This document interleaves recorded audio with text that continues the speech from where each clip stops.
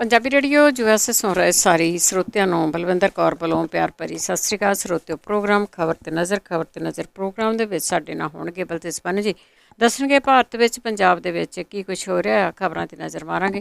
ਖਬਰਾਂ ਤੋਂ ਪਹਿਲਾਂ ਧੰਨਵਾਦ ਸਾਡੇ ਸਪਾਂਸਰ ਦਾ, ਜਿਨ੍ਹਾਂ ਨੇ ਇਸ ਪ੍ਰੋਗਰਾਮ ਨੂੰ ਸਪਾਂਸਰ ਕੀਤਾ। ਸਭ ਤੱਕ ਪਹੁੰਚਾਇਆ ਖਾਲਸਾ ਇੰਸ਼ੋਰੈਂਸ ਏਜੰਸੀ 4082722500, ਗੁਰਦੀਪ ਸਿੰਘ ਬਿਰਦੀ ਕਲੋਵ, ਸਤਨਾਮ ਸਿੰਘ ਸ਼ੇਰਗਿੱਲ ਸਾਲਮਾ, ਮਨਜੀਤ ਸਿੰਘ ਦੀਵਾਨਾ ਫਰੈਜ਼ਨੋ, ਜੈਂਡਰ ਹੋਮ ਲੋਨ ਵਾਲੇ ਮੋਹਨ ਚੀਮਾ ਜੀ 5599052575, ਟਰਕੀਆਣਾ ਇਮੀਗ੍ਰੇਸ਼ਨ ਲਾ ਫਰਮ 4159090503। ਬਹੁਤ ਬਹੁਤ ਧੰਨਵਾਦ ਕਰਦੇ ਹਾਂ। ਪ੍ਰੋਗਰਾਮਾਂ ਨੂੰ ਸਪਾਂਸਰ ਕਰਦੇ ਹੋ, ਸਭ ਤੱਕ ਪਹੁੰਚਾਉਂਦੇ ਸਾਡੇ ਨਾਲ ਜੁੜ ਚੁੱਕੇ ਨੇ। ਬਲਤੇਜ ਪੰਨੇ, ਸਤਿ ਸ਼੍ਰੀ ਅਕਾਲ, ਸਵਾਗਤ ਹੈ। ਸਤਿ ਸ਼੍ਰੀ ਅਕਾਲ ਜੀ, ਧੰਨਵਾਦ ਜੀ, ਬਹੁਤ ਮਿਹਰਬਾਨੀ। ਸਭ ਤੋਂ ਪਹਿਲਾਂ ਗੱਲ ਭਾਜਪਾ ਦੀ ਕਰਦੇ ਹਾਂ। ਉਸਨੇ ਪੰਜਾਬ ਤੋਂ ਮੁਹਿੰਮ ਸ਼ੁਰੂ ਕੀਤੀ ਹੈ ਕਿ ਨਵਾਂ ਪੰਜਾਬ ਭਾਜਪਾ ਦੇ ਨਾਲ। ਬਿਲਕੁਲ ਜੀ, ਇਹ ਭਾਰਤੀ ਜਨਤਾ ਪਾਰਟੀ ਨੇ, ਕਿਉਂਕਿ ਪੰਜਾਬ ਦੇ ਵਿੱਚ ਤਾਂ ਉਹਨਾਂ ਨੂੰ ਕੋਈ ਫੰਕਸ਼ਨ ਕਰਨ ਨਹੀਂ ਦਿੰਦਾ। ਜਿੱਥੇ ਕਰਦੇ ਆ ਉੱਥੇ ਕਿਸਾਨ ਪਹੁੰਚ ਜਾਂਦੇ ਆ, ਹਰਿਆਣੇ 'ਚ ਕੋਈ ਨਹੀਂ ਕਰਨ ਦਿੰਦਾ ਪਹੁੰਚ। ਕੱਲ ਭਾਰਤੀ ਜਨਤਾ ਪਾਰਟੀ ਦੇ ਦਫ਼ਤਰ ਵੀ ਗਏ, ਪਰ ਕਿਉਂਕਿ ਚੰਡੀਗੜ੍ਹ ਦੇ ਵਿੱਚ ਸੀਗਾ ਤੇ ਇੰਨੇ ਨਹੀਂ ਪਹੁੰਚ ਸਕੇ।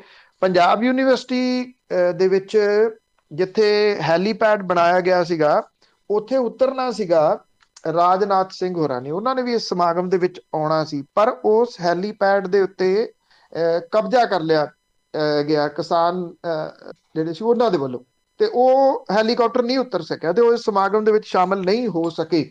ਪਰ ਇਹਦੇ ਵਿੱਚ ਕੇਂਦਰੀ ਮੰਤਰੀ ਗਜਿੰਦਰ ਸਿੰਘ ਸ਼ੇਖਾਵਤ, ਇਸ ਤੋਂ ਇਲਾਵਾ ਹਰਦੀਪ ਸਿੰਘ ਪੁਰੀ, ਸੋਮ ਪ੍ਰਕਾਸ਼, ਮੀਨਾਕਸ਼ੀ ਲੇਖੀ, ਇਹਨਾਂ ਨੇ ਕੰਪੇਨ ਸਟਾਰਟ ਕੀਤੀ ਪੰਜਾਬ ਤੋਂ। ਜਿਹੜਾ ਭਾਜਪਾ ਦਾ ਦਫ਼ਤਰ ਆ, ਉੱਥੇ ਸੁਖਮਣੀ ਸਾਹਿਬ ਦਾ ਪਾਠ ਕਰਵਾ ਕੇ ਇਹ ਕੰਪੇਨ ਸ਼ੁਰੂ ਕੀਤੀ ਗਈ। ਇਹ ਆਖਿਆ ਗਿਆ ਭਾਰਤੀ ਜਨਤਾ ਪਾਰਟੀ ਦੇ ਵੱਲੋਂ ਕਿ ਅਸੀਂ 117 ਦੀਆਂ 17 ਸੀਟਾਂ ਦੇ ਉੱਤੇ ਚੋਣ ਲੜਾਂਗੇ। ਇਹ ਵੀ ਕਹਿ ਦਿੱਤਾ ਕਿ ਕਾਂਗਰਸ, ਅਕਾਲੀ ਦਲ, ਬਾਦਲ ਤੇ ਆਮ ਆਦਮੀ ਪਾਰਟੀ ਲੋਕਾਂ ਨੂੰ ਗੁੰਮਰਾਹ ਕਰ ਰਹੀ ਹੈ ਤੇ ਲੋਕਾਂ ਦਾ ਵਿਸ਼ਵਾਸ ਉਹਨਾਂ ਤੋਂ ਉੱਠ ਗਿਆ। ਚਲੋ, ਕਾਂਗਰਸ ਦੀ ਗੱਲ ਮੰਨੀ ਜਾ ਸਕਦੀ ਹੈ, ਲੋਕਾਂ ਦਾ ਵਿਸ਼ਵਾਸ ਉੱਠ ਗਿਆ ਜੇ ਆਪਾਂ ਭਾਰਤੀ ਜਨਤਾ ਪਾਰਟੀ ਦੇ ਨੇਤਾਵਾਂ ਦੇ ਅਨੁਸਾਰ ਵੇਖੀਏ ਤਾਂ। ਪਰ 10 ਸਾਲ ਰਾਜ ਤਾਂ ਭਾਜਪਾ ਨੇ ਅਕਾਲੀ ਦਲ ਬਾਦਲ ਦੇ ਨਾਲ ਕੀਤਾ, ਉਹਦਾ ਕੋਈ ਜ਼ਿਕਰ ਨਹੀਂ ਕਿ ਉਹਦੇ ਵਿੱਚ ਕੀ ਕੁਝ ਹੋਇਆ। ਕਿ ਉਦੋਂ ਵਿਸ਼ਵਾਸ ਉੱਠਿਆ ਅਕਾਲੀ ਦਲ ਬਾਦਲ ਦਾ, ਜਾਂ ਉਦੋਂ ਬਾਅਦ ਉੱਠਿਆ ਜਦੋਂ ਇਹਨਾਂ ਦੀ ਉਹਨਾਂ ਦੇ ਨਾਲ ਸਾਂਝ ਨਹੀਂ ਰਹੀ। ਆਮ ਆਦਮੀ ਪਾਰਟੀ ਕਦੀ ਸੱਤਾ ਦੇ ਵਿੱਚ ਆਈ ਹੋਈ ਨਹੀਂ ਪੰਜਾਬ ਦੇ ਵਿੱਚ ਅਜੇ ਤੱਕ, ਤਾਂ ਉਹ ਸਿਰਫ ਦਿੱਲੀ ਦੇ ਵਿੱਚ ਹੈ। ਇੱਥੇ ਜਿਹੜੇ ਇਹ ਆਗੂ ਸੀ, ਉਹਨਾਂ ਨੇ ਇਹ ਗੱਲ ਕਹੀ ਕਿ ਸਿਆਸੀ ਪਾਰਟੀਆਂ ਕਿਸਾਨਾਂ ਦੇ ਮੋਢੇ ਨੂੰ ਵਰਤ ਕੇ ਸਿਆਸਤ ਕਰ ਰਹੀਆਂ ਨੇ। ਇਹਨਾਂ ਨੇ ਇੱਕ ਨਵਾਂ ਨਾਰਾ ਦਿੱਤਾ ਜੀ ਕਿ ਨਵਾਂ ਪੰਜਾਬ ਭਾਜਪਾ ਦੇ ਨਾਲ ਤੇ ਹਰ ਵਰਗ ਨੂੰ ਮਿਲੇਗਾ ਸਨਮਾਨ। ਇਹ ਗੱਲ ਉਹਨਾਂ ਨੇ ਆਖੀ ਕੰਪੇਨ ਲਾਂਚ ਕਰਦਿਆਂ ਹੋਇਆ। ਇਸ ਦੇ ਵਿੱਚ ਕੈਪਟਨ ਅਮਰਿੰਦਰ ਸਿੰਘ ਦੇ ਨਾਲ ਗੱਠਜੋੜ ਜਾਂ ਸੀਟ ਸ਼ੇਅਰਿੰਗ ਦੇ ਉੱਤੇ ਕੋਈ ਗੱਲ ਨਹੀਂ ਕੀਤੀ ਗਈ। ਇਸ ਪੱਖੋਂ ਥੋੜੀ ਜੀ ਇਹ ਗੱਲ ਰਹੀ ਕਿ ਜੇ ਕੈਪਟਨ ਅਮਰਿੰਦਰ ਸਿੰਘ ਹੋਰਾਂ ਦੀ ਕੋਈ ਈਟੀ ਸੀਟੀ ਰਲੀ ਹੁੰਦੀ ਤਾਂ ਉਹਨਾਂ ਦੇ ਕੁਝ ਬੰਦੇ ਇਹਦੇ ਵਿੱਚ ਸ਼ਾਮਲ ਹੋ ਸਕਦੇ ਸੀਗੇ ਇਸ ਕੰਪੇਨ ਦੇ ਵਿੱਚ। ਉਹ ਨਹੀਂ ਸ਼ਾਮਲ ਹੋਏ। ਉਹ ਦਿੱਲੀ ਜਾ ਕੇ ਬੈਠੇ ਰਹੇ ਅਮਿਤ ਸ਼ਾਹ ਨੂੰ ਮਿਲਣ ਲਈ। ਅਮਿਤ ਸ਼ਾਹ ਦਿੱਲੀ ਤੋਂ ਟਿੱਬ ਗਏ, ਕਹਿੰਦੇ ਜੀ ਗੁਜਰਾਤ 'ਚ ਕੰਮ ਜ਼ਰੂਰੀ ਪੈ ਗਿਆ, ਇਸ ਕਰਕੇ ਉੱਥੇ ਗਏ, ਇਹ ਮੀਟਿੰਗ ਗਾਂਹ ਕਰ ਲਵਾਂਗੇ। ਇੱਕ ਗੱਲ ਇਹਦੇ ਨਾਲ ਥੋੜੀ ਜਿਹੀ ਇਹ ਕਲੀਅਰ ਹੁੰਦੀ ਦਿਸਦੀ ਆ ਕਿ ਪੰਜਾਬ ਦੇ ਵਿੱਚ ਚੋਣਾਂ ਸਮੇਂ ਦੇ ਉੱਤੇ, ਭਾਵ ਕਿ ਫਰਵਰੀ ਮਹੀਨੇ ਦੇ ਵਿੱਚ ਹੋ ਜਾਣ ਦੀ ਆਸ ਵੱਜੀ ਆ ਭਾਰਤੀ ਜਨਤਾ ਪਾਰਟੀ ਦੇ ਵੱਲੋਂ ਇਹ ਚੋਣ ਮੁਹਿੰਮ ਸ਼ੁਰੂ ਕਰਨ ਤੋਂ ਬਾਅਦ, ਕਿਉਂਕਿ ਨਹੀਂ ਤਾਂ ਅਦਰਵਾਈਜ਼ ਅਟਕਲਾਂ ਇਹ ਲੱਗੀ ਜਾਂਦੀਆਂ ਸੀ ਵੀ ਚੋਣਾਂ ਹੋਣਗੀਆਂ ਸਮੇਂ ਤੇ ਜਾਂ ਨਹੀਂ ਜੀ। ਅੱਗੇ ਫਿਰ ਟਿੱਕਰੀ ਬਾਰਡਰ ਦੀ ਜੇ ਗੱਲ ਕਰੀਏ, ਦਿੱਲੀ ਪੁਲਿਸ ਵੱਲੋਂ ਉੱਥੋਂ ਰੋਕਾਂ ਹਟਾਈਆਂ ਜਾ ਰਹੀਆਂ। ਦੇਖੋ, ਇਹ ਲਗਭਗ 11 ਮਹੀਨੇ ਤੋਂ ਬਾਅਦ ਹੈ ਕਿ ਦਿੱਲੀ ਪੁਲਿਸ ਦੇ ਵੱਲੋਂ ਲਾਈਆਂ ਰੋਕਾਂ ਨੂੰ ਉੱਥੋਂ ਕੱਲ ਸ਼ਾਮ ਤੋਂ, ਰਾਤ ਤੋਂ ਰਿਮੂਵ ਕਰਨਾ ਸ਼ੁਰੂ ਕੀਤਾ। ਇਹ ਬਹੁਤ ਸਾਰੀਆਂ ਲੇਅਰ ਨੇ ਜਿਹੜੀਆਂ ਲੱਗੀਆਂ ਹੋਈਆਂ। ਕੁਝ ਥਾਵਾਂ ਦੇ ਉੱਤੇ 12 ਲੇਅਰਸ ਨੇ, ਕੁਝ ਥਾਵਾਂ ਦੇ ਉੱਤੇ 14 ਵੀ ਨੇ, ਕੁਝ ਥਾਵਾਂ ਤੇ 16 ਵੀ ਨੇ। ਡਿਫਰੈਂਟ ਟਾਈਪ ਦੀਆਂ ਲੇਅਰਸ ਨੇ।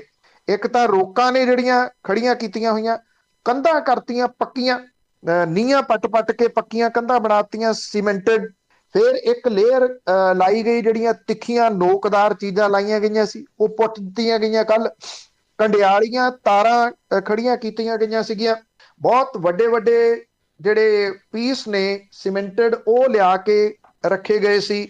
ਟਿੱਪਰ ਖੜੇ ਕੀਤੇ ਹੋਏ ਸੀਗੇ, ਟਿੱਪਰ ਰਿਮੂਵ ਕਰਤੇ ਆ। ਵੱਡੇ ਜਿਹੜੇ ਪੀਸ ਨੇ ਉਹਨਾਂ ਨੂੰ ਮਸ਼ੀਨਾਂ ਦੇ ਨਾਲ ਚੁੱਕਿਆ ਜਾ ਰਿਹਾ। ਟਿੱਕਰੀ ਬਾਰਡਰ ਦੇ ਉੱਤੇ ਇਹ ਹਲਚਲ ਰਾਤ ਦੀ ਤੇਜ਼ੀ ਦੇ ਨਾਲ ਨਜ਼ਰ ਆ ਰਹੀ ਆ। ਜਿਹੜੇ ਵੱਡੇ ਟਰਾਲੇ ਸੀਗੇ ਉਹਨਾਂ ਨੂੰ ਹਟਾ ਦਿੱਤਾ ਗਿਆ ਮਸ਼ੀਨਾਂ ਦੇ ਨਾਲ, ਮਿੱਟੀ ਸਾਫ਼ ਕਰਾਈ ਜਾ ਰਹੀ ਹੈ। ਵੱਡੇ ਵੱਡੇ ਬੈਰੀਗੇਡ ਜਿਹੜੇ ਨੇ ਉਹ ਉੱਥੋਂ ਮੂਵ ਕੀਤੇ ਜਾ ਰਹੇ ਨੇ। ਤਿੱਖੀਆਂ ਨੋਕਦਾਰ ਚੀਜ਼ਾਂ ਉੱਥੋਂ ਰਿਮੂਵ ਕੀਤੀਆਂ ਜਾ ਰਹੀਆਂ ਨੇ। ਅੱਜ ਇਹ ਕਿਹਾ ਜਾ ਰਿਹਾ ਜਿਹੜੀਆਂ ਕੰਕਰੀਟ ਦੀਆਂ ਕੰਧਾਂ ਬਣਾਤੀਆਂ ਸੀ ਉਹਨਾਂ ਨੂੰ ਤੋੜ ਦਿੱਤਾ ਜਾਊਗਾ। ਦਿੱਲੀ ਪੁਲਿਸ ਦੇ ਅਫਸਰ ਕਹਿੰਦੇ ਆ ਕਿ ਫਿਲਹਾਲ ਬੈਰੀਗੇਡ ਤੇ ਕਿੱਲਾਂ ਹਟਾਈਆਂ ਜਾ ਰਹੀਆਂ ਨੇ। ਸਰਹੱਦ ਖੋਲਣ ਸੰਬੰਧੀ ਕੋਈ ਆਦੇਸ਼ ਨਹੀਂ ਆਇਆ।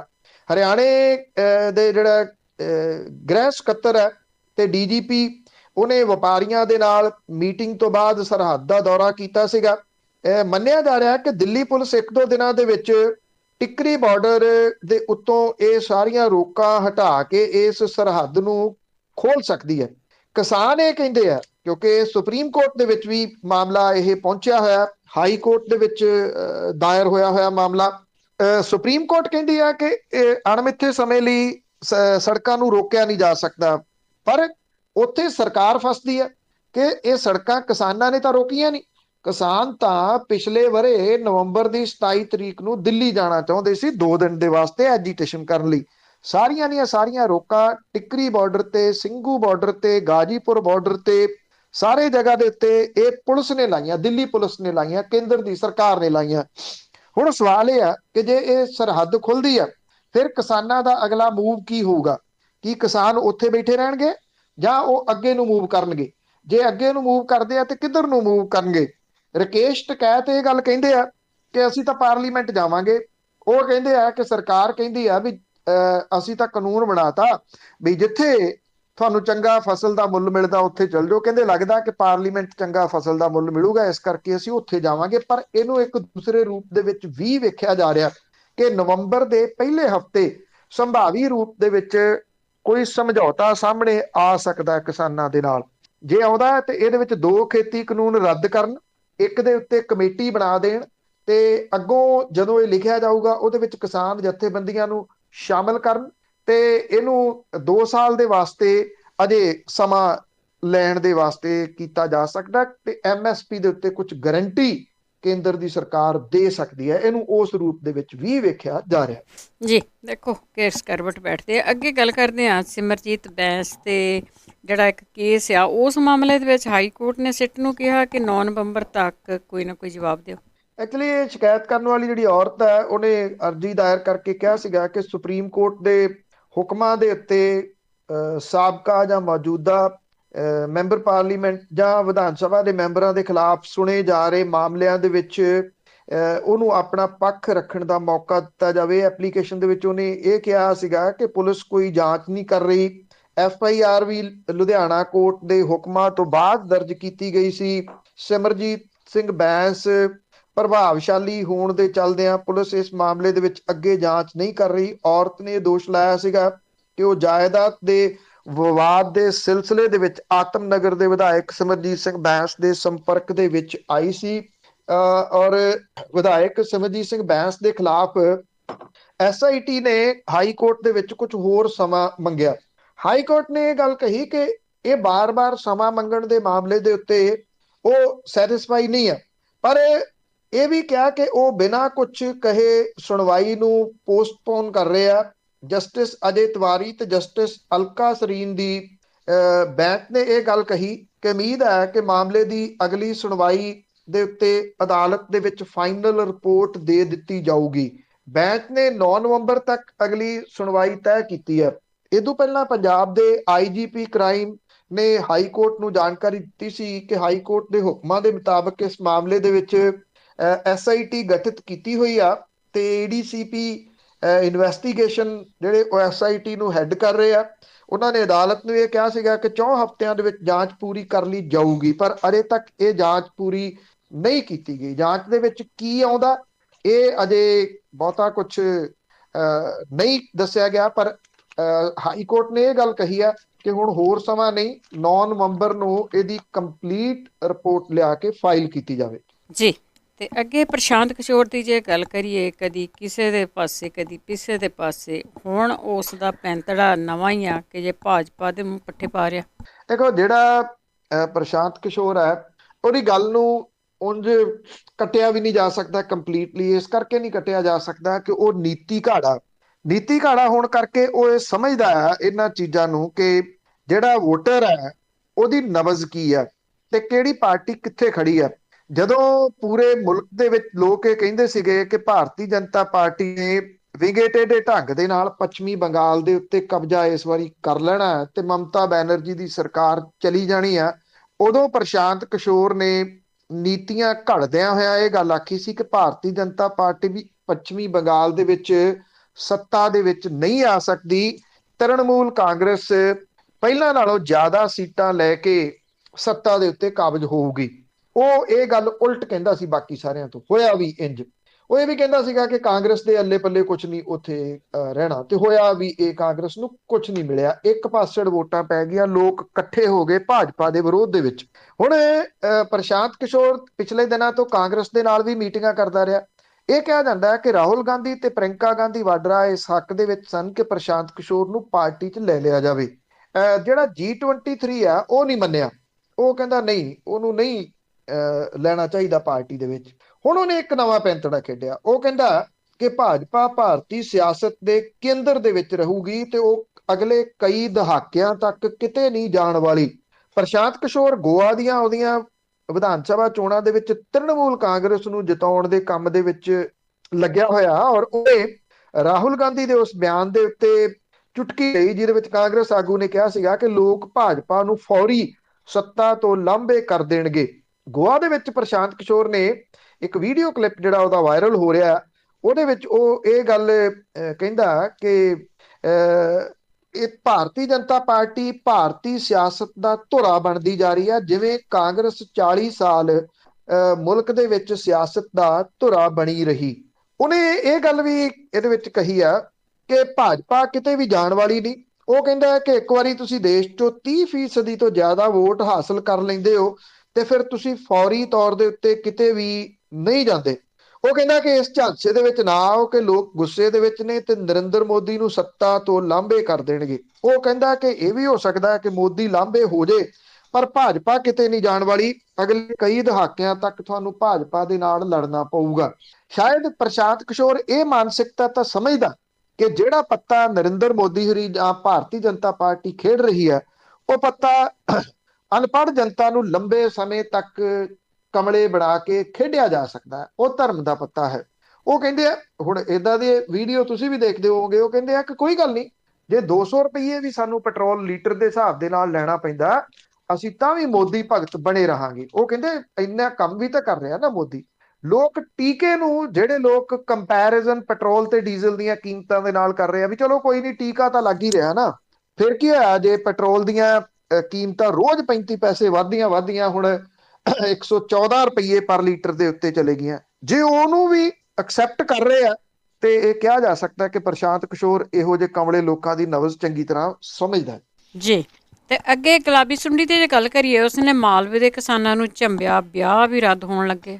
ਇਹ ਨਰਮਾ ਪੱਟੀ ਜਿਹੜੀ ਪਿਛਲੇ ਕਹਿ ਲਓ ਕਿ ਦਹਾਕੇ ਤੋਂ ਡੇਢ ਦਹਾਕੇ ਤੋਂ ਬਹੁਤ ਵੱਡੀਆਂ ਮੁਸ਼ਕਲਾਂ ਦੇ ਵਿੱਚੋਂ ਲੰਘ ਰਹੀ ਆ। ਇਹ ਨਰਮਾ ਬੈਲਟ ਇਸ ਵੇਲੇ ਖੁਦਕੁਸ਼ੀਆਂ ਦੀ ਬੈਲਟ, ਕੈਂਸਰ ਬੈਲਟ ਬਣੀ ਹੋਈ ਆ। ਜਿਹੜੀਆਂ ਪੈਸਟੀਸਾਈਡ ਨੇ ਲੋੜੋਂ ਵੱਧ ਇਸਤੇਮਾਲ ਨੇ ਇੱਥੇ ਕੈਂਸਰ ਨੂੰ ਬੜਾਵਾ ਦਿੱਤਾ। ਬਠਿੰਡੇ ਦੇ ਵਿੱਚੋਂ ਚੱਲਦੀ ਜਿਹੜੀ ਇੱਕ ਟ੍ਰੇਨ ਹੈ ਜਿਹੜੀ ਰਾਜਸਥਾਨ ਜਾਂਦੀ ਹੈ, ਉਹ ਕੈਂਸਰ ਟ੍ਰੇਨ ਅਖਵਾਉਂਦੀ ਆ। ਹੁਣ ਇੱਕ ਵਾਰੀ ਫੇਰ ਗੁਲਾਬੀ ਸੁੰਡੀ ਨੇ ਇਸ ਨਰਮਾ ਬੈਲਟ ਨੂੰ ਬਹੁਤ ਬੁਰੇ ਤਰੀਕੇ ਦੇ ਨਾਲ ਝੰਬ ਦਿੱਤਾ। ਗੁਲਾਬੀ ਸੁੰਡੀ ਇੰਨਾ ਕਹਿਰ ਬਣ ਗਈ ਹੈ ਕਿ ਦੁਬਾਰਾ ਤੋਂ ਫੇਰ ਖੁਦਕੁਸ਼ੀਆਂ ਹੋਣ ਲੱਗੀਆਂ ਨੇ। ਇੱਕ ਦੋ ਖੁਦਕੁਸ਼ੀਆਂ ਰੋਜ਼ ਹੋ ਰਹੀਆਂ ਨੇ। ਮੰਦਾ ਇੰਨਾ ਹਾਲ ਹੋ ਗਿਆ ਕਿ ਧੀਆਂ ਦੇ ਵਿਆਹ ਕਰਨੇ ਔਖੇ ਹੋ ਗਏ। ਪੈਲੀਆਂ ਨੇ ਤੁਰਨ ਜੋਗੇ ਨਹੀਂ ਛੱਡਿਆ। ਬਠਿੰਡਾ, ਮਾਨਸਾ, ਮੁਕਤਸਰ ਦੇ ਖੇਤਾਂ ਦੇ ਵਿੱਚ ਫਸਲ ਦੇ ਹੋਏ ਨੁਕਸਾਨ ਦੂਰ ਦੂਰ ਤੋਂ ਦਿਸ ਰਹੇ ਆ। ਜੇ ਨਹੀਂ ਕਿਸੇ ਨੂੰ ਦਿਸ ਰਹੇ ਤੇ ਉਹ ਸਿਆਸਤਦਾਨਾਂ ਨੂੰ ਨਹੀਂ ਦਿਸ ਰਹੇ। ਪਿੰਡ ਬਾਜੇ ਵਾਲਾ ਮਾਨਸਾ ਦੇ ਕਿਸਾਨ ਨੇ ਆਪਣੀ ਧੀ ਦਾ ਵਿਆਹ ਕਰਨਾ ਸੀਗਾ, ਪਰ 5 ਏਕੜ ਪੈਲੀ ਗੁਲਾਬੀ ਸੁੰਡੀ ਦੀ ਲਪੇਟ ਦੇ ਵਿੱਚ ਆ ਗਈ। ਜ਼ਮੀਨ ਦੇ ਠੇਕੇ ਦੀ ਕਿਸ਼ਤ ਮੋੜਨ ਦੇ ਫਿਕਰ ਪੈ ਗਏ। ਕਿਸਾਨ ਕਹਿੰਦਾ ਕਿ ਧੀ ਦੇ ਵਿਆਹ ਲਈ ਪੈਸੇ ਦਾ ਪ੍ਰਬੰਧ ਹੁਣ ਵੱਡਾ ਮਸਲਾ ਬਣ ਗਿਆ। ਪਿੰਡ ਰਾਮਗੜ੍ਹ ਦਾ ਜਿਹੜਾ ਕਿਸਾਨ ਹੈ ਬਿੰਦਰ ਸਿੰਘ, ਉਹ ਕਹਿੰਦਾ ਕਿ ਉਹਦੀਆਂ ਦੋ ਜਵਾਨ ਧੀਆਂ ਨੇ, ਐਤਕੀ ਵਿਆਹ ਕਰਨਾ ਸੀ, ਫਸਲ ਮਰ ਗਈ, ਚਾਅ ਵੀ ਨਾਲ ਹੀ ਮਰ ਗਏ, ਵਿਆਹ ਟਾਲਣ ਤੋਂ ਬਿਨਾਂ ਕੋਈ ਚਾਰਾ ਨਹੀਂ ਰਿਹਾ। ਇਸੇ ਤਰੀਕੇ ਨਾਲ ਪਿੰਡ ਲਾਲਿਆਂਵਾਲੀ ਦਾ ਕਿਸਾਨ ਇਹ ਕਹਿੰਦਾ ਕਿ ਘਰ ਦਾ ਮੂੰਹ ਮੱਥਾ ਸਵਾਰਨਾ ਸੀਗਾ, ਐਤਕੀ ਫਸਲ ਚੰਗੀ ਦੀਂਦੀ ਸੀਗੀ, ਪਰ ਗੁਲਾਬੀ ਸੁੰਡੀ ਨੇ ਐਸਾ ਹਮਲਾ ਕੀਤਾ ਕਿ ਉਹਦੇ ਸਾਰੇ ਜਿਹੜੇ ਸੁਪਨੇ ਸੀ ਉਹ ਧਰੇ ਧਰਾਏ ਰਹਿ ਗਏ। ਮਾਨਸਾ ਤੇ ਬਠਿੰਡਾ ਦੇ ਜਿਹੜੇ ਪੇਂਡੂ ਮੈਰਿਜ ਪੈਲੇਸ ਨੇ ਪਿੰਡਾਂ ਦੇ ਵਿੱਚ, ਉੱਥੇ ਕੋਈ ਟਾਵਾਂ ਟਾਵਾਂ ਮੈਰਿਜ ਪੈਲੇਸ ਹੋਊਗਾ ਜਿਨ੍ਹਾਂ ਨੂੰ ਵਿਆਹਾਂ ਦੀ ਬੁਕਿੰਗ ਮਿਲੀ ਆ। ਨਹੀਂ ਤਾਂ ਇਹਨਾਂ ਦਿਨਾਂ ਦੇ ਦੌਰਾਨ, ਕਿਉਂਕਿ ਵਿਆਹਾਂ ਦਾ ਸੀਜ਼ਨ ਸ਼ੁਰੂ ਹੋ ਜਾਂਦਾ, ਤੇ ਮੈਰਿਜ ਪੈਲਸਾਂ ਦੇ ਵਿੱਚ ਅਕਸਰ ਜਗ੍ਹਾ ਨਹੀਂ ਮਿਲਦੀ। ਪਰ ਇਹ ਨਰਮਾ ਬੈਲਟ ਇਸ ਵੇਲੇ ਬਿਲਕੁਲ ਉੱਥੇ ਸੁੰਨ ਵਰਤੀ ਹੋਈ ਆ। ਪੈਲਸਾਂ ਤੋਂ ਪਾਸੇ ਹਟ ਕੇ ਜੇ ਕਿਤੇ ਸਾਦੇ ਵਿਆਹ ਅਜੇ ਵੀ ਉੱਥੇ ਹੋਣੇ ਸ਼ੁਰੂ ਹੋ ਜਾਣ ਟਾਲਣ ਦੀ ਜਗ੍ਹਾ ਦੇ ਉੱਤੇ, ਤਾਂ ਇੰਨਾ ਜ਼ਰੂਰ ਹੈ ਕਿ ਇਹ ਇੱਕ ਨਵੀਂ ਪਿਰਤ ਪੈ ਸਕਦੀ ਹੈ। ਕਰੋਨਾ ਦੀ ਵਜ੍ਹਾ ਕਰਕੇ ਬਹੁਤ ਸਾਰੇ ਲੋਕਾਂ ਨੇ ਸਾਦੇ ਵਿਆਹਾਂ ਵੱਲ ਨੂੰ ਰੁਖ ਕੀਤਾ।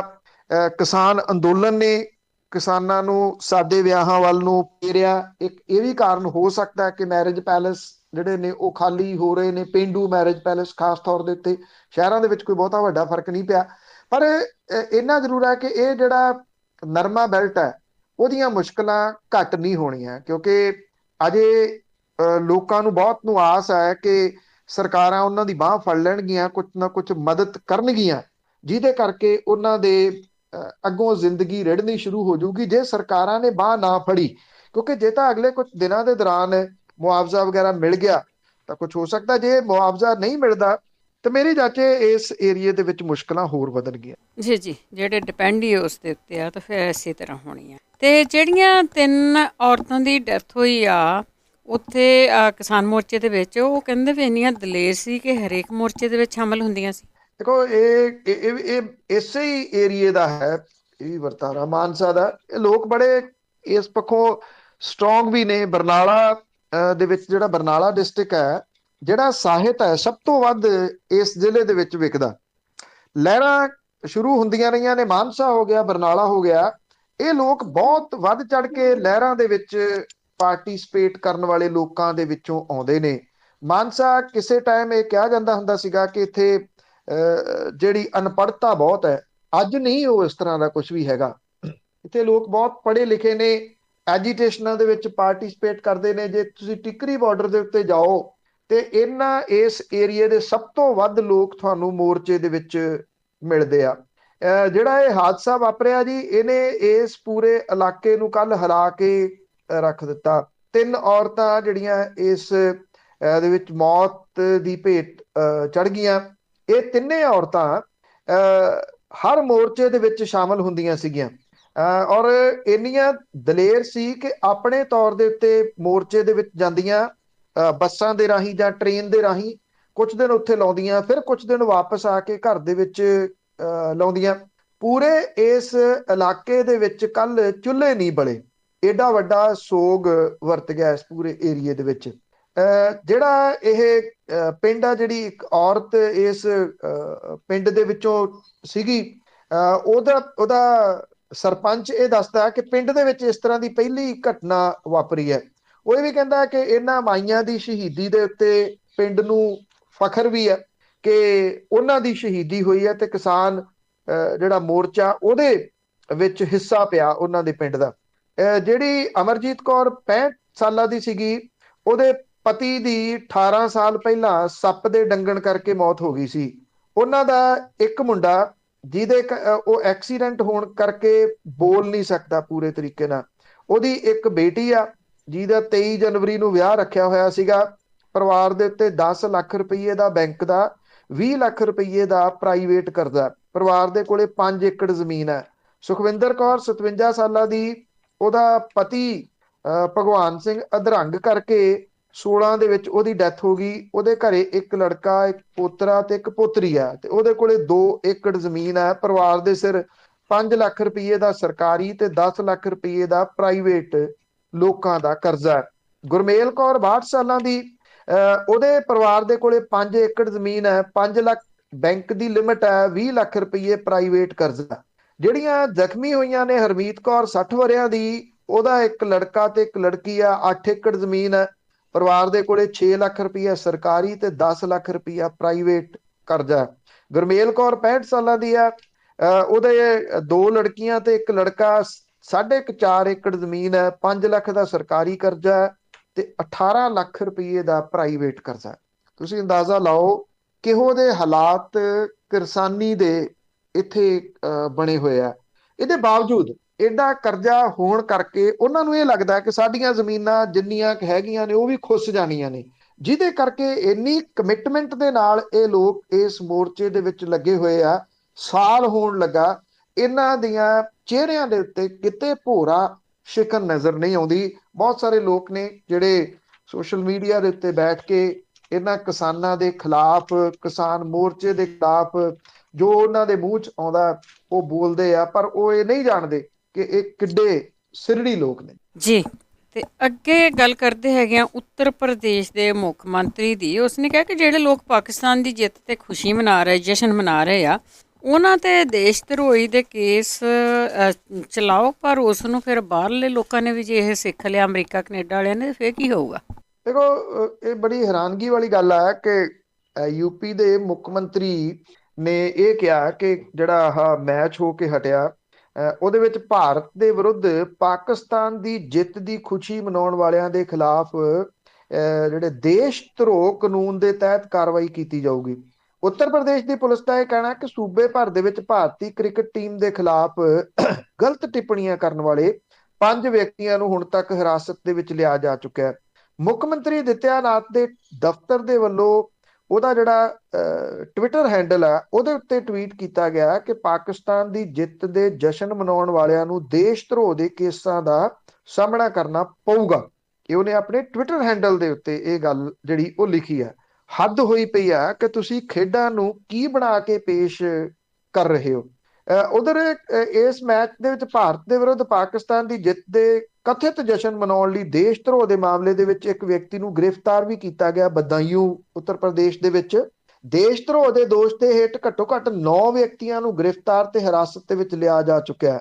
ਪੁਲਿਸ ਜਿਹੜੀ ਇਹ ਦੱਸਦੀ ਹੈ ਕਿ ਮੈਚ ਤੋਂ ਬਾਅਦ ਫੈਜ਼ਗੰਜ ਬਹਿਤਾ ਇਲਾਕੇ ਦੇ ਵਸਨੀਕ ਨਿਆਜ਼ ਨੇ ਫੇਸਬੁੱਕ ਦੇ ਉੱਤੇ ਪਾਕਿਸਤਾਨ ਦੀ ਹਮਾਇਤ ਦੇ ਵਿੱਚ ਇਤਰਾਜ਼ਯੋਗ ਟਿੱਪਣੀਆਂ ਲਿਖ ਕੇ ਪੋਸਟ ਕੀਤੀਆਂ ਤੇ ਇਹਦੇ ਨਾਲ ਪਾਕਿਸਤਾਨ ਦੇ ਝੰਡੇ ਦੀ ਫੋਟੋ ਵੀ ਸਾਂਝੀ ਕੀਤੀ।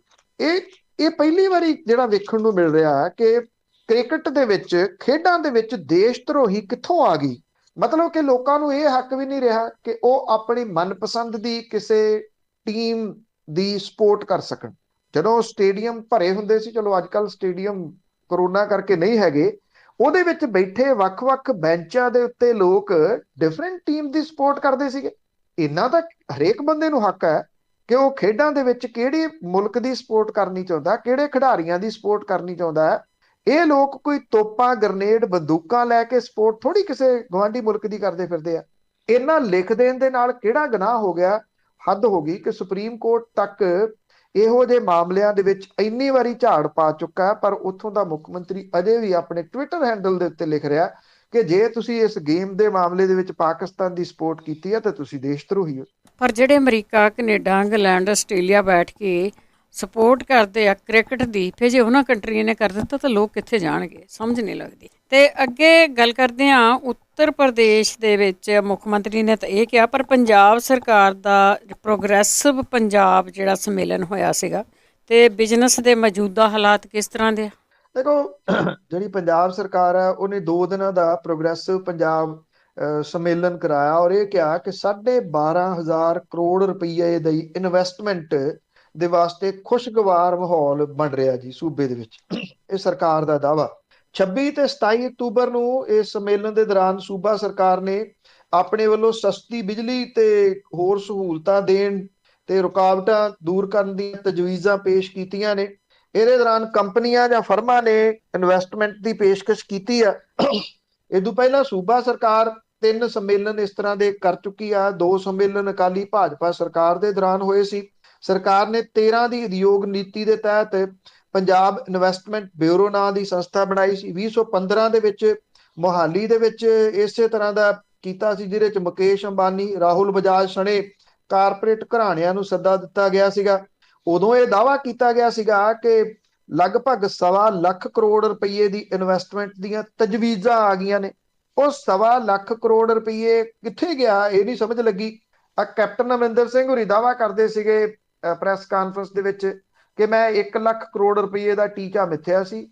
ਉਹ ਕਹਿੰਦੇ ਕਿ 90,000 ਕਰੋੜ ਰੁਪਏ ਦੀ ਇਨਵੈਸਟਮੈਂਟ ਤਾਂ ਆ ਚੁੱਕੀ ਆ, 10,000 ਕਰੋੜ ਰੁਪਏ ਦੀ ਰਹਿ ਗਈ। ਜੇ ਉਹਨੂੰ ਮੰਨ ਲਈਏ ਤੇ 12,500 ਕਰੋੜ ਰੁਪਈਆ ਹੁਣ ਕਹਿੰਦੀ ਸਰਕਾਰ ਵੀ 1 ਲੱਖ ਕਰੋੜ ਰੁਪਏ ਦੀ ਇਨਵੈਸਟਮੈਂਟ ਆ ਗਈ। ਹੁਣ 1 ਲੱਖ ਕਰੋੜ ਰੁਪਏ ਦੀ ਇਨਵੈਸਟਮੈਂਟ ਕਿੱਥੇ ਲੱਗੀ ਆ, ਇਹ ਖੁਰਦਬੀਨ ਨਾਲ ਲੱਭਣਾ ਪਊਗਾ। ਸਰਕਾਰ ਇਹ ਤਾਂ ਵਾਅਦਾ ਕਰੀ ਜਾਂਦੀ ਆ ਕਿ ਅਸੀਂ ਇੰਡਸਟਰੀ ਨੂੰ ਸਸਤੀ ਬਿਜਲੀ ਦੇਵਾਂਗੇ, 5 ਰੁਪਏ ਬਿਜਲੀ ਦੇਵਾਂਗੇ। ਆਲ ਇੰਡੀਆ ਇੰਡਸਟਰੀ ਫੋਰਮ ਦੀ ਰਿਪੋਰਟ ਦੇ ਅਨੁਸਾਰ ਕੋਵਿਡ-19 ਦੇ ਦੌਰਾਨ ਪੰਜਾਬ ਦੇ ਵਿੱਚ 14,429 ਉਦਯੋਗ ਬੰਦ ਹੋਏ ਆ। ਇਹਦੇ ਵਿੱਚੋਂ 10,617 ਛੋਟੇ, 3,210 ਮੀਡੀਅਮ ਤੇ 422 ਵੱਡੇ ਉਦਯੋਗ ਨੇ। ਨੋਟਬੰਦੀ ਤੇ ਕੋਵਿਡ-19 ਦੇ ਦੌਰਾਨ ਜਦੋਂ ਲਾਕਡਾਊਨ ਹੋਇਆ ਉਹਦੇ ਦੌਰਾਨ ਬੰਦ ਹੋਏ ਕਾਰੋਬਾਰ ਤੇ ਰੁਜ਼ਗਾਰ ਜਾਣ ਦੇ ਕਰਕੇ ਇਸ ਵੇਲੇ ਵੱਡਾ ਸੰਕਟ ਬਣਿਆ ਹੋਇਆ। ਪੰਜਾਬ ਦੇ ਹਾਲਾਤ ਇਸ ਵੇਲੇ ਬੇहद ਨਾਜ਼ੁਕ ਸਥਿਤੀ ਦੇ ਵਿੱਚੋਂ ਲੰਘ ਰਹੇ ਨੇ। ਨਿਰਾਸ਼ਾਜਨਕ ਟਿੱਪਣੀਆਂ ਸਾਹਮਣੇ ਆ ਰਹੀਆਂ ਨੇ, ਪਰ ਸਰਕਾਰ ਆਪਣਾ ਦਾਅਵਾ ਕਰੀ ਜਾਂਦੀ ਹੈ ਕਿ 4.5 ਸਾਲਾਂ ਦੇ ਦੌਰਾਨ 99,000 ਕਰੋੜ ਰੁਪਏ ਦੀ ਇਨਵੈਸਟਮੈਂਟ ਨੂੰ ਜਿਹੜਾ ਅਸੀਂ ਇੱਥੇ ਲਿਆਉਣ ਦੇ ਵਿੱਚ ਸਫਲ ਹੋਏ ਆ। ਰਿਐਲਿਟੀ ਕੀ ਆ ਇਹਦੇ ਬਾਰੇ ਤੱਥ ਪੇਸ਼ ਨਹੀਂ ਕਰ ਰਹੀ ਪੰਜਾਬ ਸਰਕਾਰ। ਤੱਥ ਇਸ ਕਰਕੇ ਨਹੀਂ ਪੇਸ਼ ਕਰ ਰਹੀ ਕਿ ਜਿਹੜੇ ਤੱਥ ਨੇ ਉਹ ਬਿਲਕੁਲ ਉਲਟ ਨੇ, ਉਹਨਾਂ ਦੇ ਦਾਅਵੇ ਤੋਂ ਬਿਲਕੁਲ ਉਲਟ ਨੇ। ਉਹ ਕੁਝ ਕਹੀ ਜਾਂਦੀ ਹੈ, ਰਿਐਲਿਟੀ ਜਿਹੜੀ ਆ ਉਹ ਕੁਝ ਹੋਰ ਕਹੀ ਜਾਂਦੀ ਹੈ। ਇਸੇ ਤਰ੍ਹਾਂ ਚੱਲਦਾ ਜੀ ਬਹੁਤ ਦੇਰ ਦਾ। ਬਹੁਤ ਬਹੁਤ ਧੰਨਵਾਦ ਬਲਤੇਜ ਪੰਨੂ ਜੀ। ਮਿਹਰਬਾਨੀ ਜੀ, ਧੰਨਵਾਦ ਜੀ, ਸਤਿ ਸ਼੍ਰੀ ਅਕਾਲ। ਸਤਿ ਸ਼੍ਰੀ ਅਕਾਲ ਜੀ। ਤਾਂ ਸਰੋਤੇ ਸਨ ਬਲਤੇਜ ਪੰਨੂ ਜੀ ਸਾਡੇ ਨਾਲ ਜੁੜਦੇ ਨੇ, ਕਰਦੇ ਨੇ ਖਬਰਾਂ। ਇਸੇ ਦੇ ਨਾਲ ਸਾਡਾ ਅੱਜ ਦਾ ਬੁਲਟਨ ਇੱਥੇ ਸਮਾਪਤ। ਬਲਵਿੰਦਰ ਕੌਰ ਵੱਲੋਂ ਆਪ ਸਭ ਨੂੰ ਹੀ ਸਤਿ ਸ਼੍ਰੀ ਅਕਾਲ।